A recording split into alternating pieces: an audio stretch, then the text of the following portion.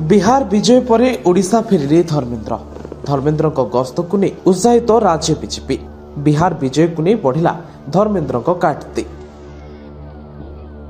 गड़ जय करबा परे ओडिशा फेरिछंती केंद्रमंत्री धर्मेन्द्र प्रधान। बिहार निर्वाचन में एनडीए जो बड़ सफलता पाई से धर्मेन्द्र प्रधान को बड़ भूमिका रही। निर्वाचन रणनीति आगे धराशायी होते विरोधी गोष्ठी। आ बिहार निर्वाचन में एनडीए यह बृहत विजय पर धर्मेन्द्र प्रधान को बिंधाणी बोली कहुच्छी। आ बिहार में निर्वाचन जितवा पर सरकार शपथ नेबा पर प्रथम थर ओडिशा माटी को फेरिछंती संबलपुर सांसद तथा केंद्रमंत्री धर्मेन्द्र प्रधान। बिहार में विजय पर से ओडिशा आसवाक नहीं बीजेपी शिविर बेस उत्साहित। धर्मेन्द्र प्रधान भुवनेश्वर पहुंचा पर जोरदार स्वागत करते बीजेपी नेता और कर्मी माने। बिहार में एनडीए चमत्कार प्रदर्शन पर से ओडिशा आसवा पर भुवनेश्वर विमान बंदर भव्य स्वागत करा।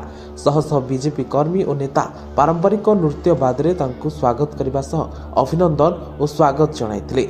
भुवनेश्वर विमान बंदर धर्मेन्द्र प्रधान पहुंचा पर स्वागत पाई मंत्री सूर्यवंशी सूरज, सांसद विभु प्रसाद तराई, विधायक टंकधर त्रिपाठी, गोलोक महापात्र, पिंकी प्रधान, तेजेश्वर परिड़ा, पूर्वतन राज्य सभापति समीर महांती प्रमुख उपस्थित रही।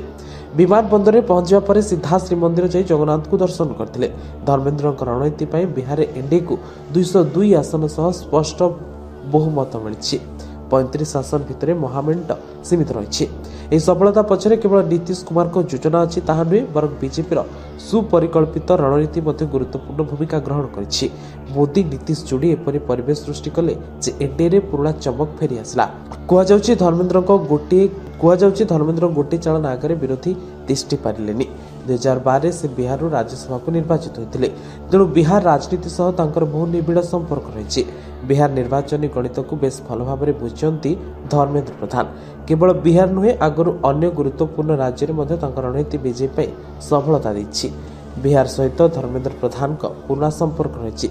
सेबेठारु से एठाकार राजनीति और बीजेपी संगठन सहित गभीर भाव में जड़ित थे।